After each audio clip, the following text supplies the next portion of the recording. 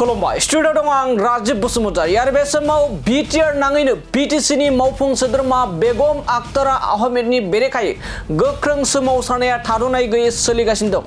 आरो बे समाव मख'नांगोन दुलाराय बर' फरायसा आफादखौ जाबायदि गाज्रियै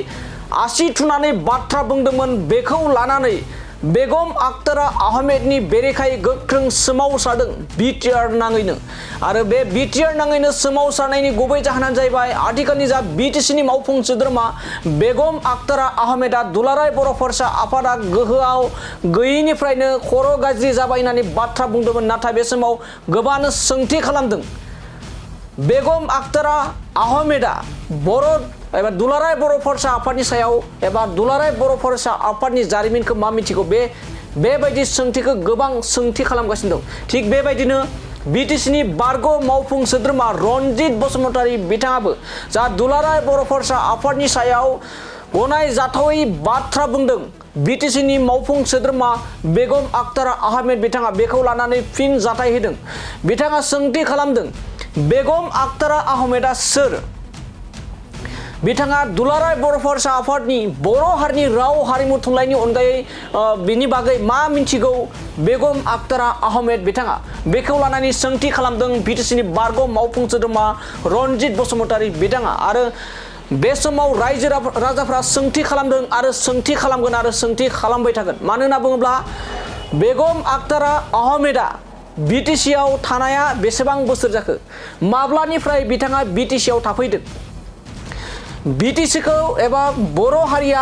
माबे थासारिनिफ्राय माबेसिम एबा माब्रैहाय सफैदों एबा बर' हारिया माब्रैहाय बे थाखोसिम सफैदों बेनि जारिमिनखौ बेगम आख्तारा आहमेदआ मा मिथिगौ दुलाराय बर' फरायसा आफादनि जा मावनाय जा जारिमिन बेखौ आख्तारा थामहिनबा बेगम आख्तारा आहमेदआ मा मिथिगौ बेयो गोबां सोंथि आरो जोंनिफ्रायबो सोंथि खालामदों आरो दिनैबो सोंथि खालामगोन गाबोनबो सोंथि खालामगोन बेगम आख्तारा आहमेदआ सोर बर' हारिनि जारिमिनखौ बिथाङा मा मिथिगौ दानिया फैदो बिदिब्ला बेगम आख्तारा आहमेदनि सायाव बारग' इएम रनजित बसुमतारी बिथाङा माबोरै फिन जाथाय होदों जों बिथांनिफ्राय आबुङै खोनासंदों लादिनि 3 नाम्बाराव आं मोनसे बाथ्राखौ रोखा खालामनो नागिरदों बे जाथायखौ लानानैनो बिथांनिनो सासे इएम आख्तारा ना मा होनो आं नामखौ मोजां मिथिया बिथाङा बर' माहारियारि बादखौ लानानै जाबायदि सोंखारिदों जाय दुलाराय बर' फरायसा आफादा दिनैनिफ्राय बेसेबांबा बोसोर जोनोम जानाय मोनसे आफाद बर'खौ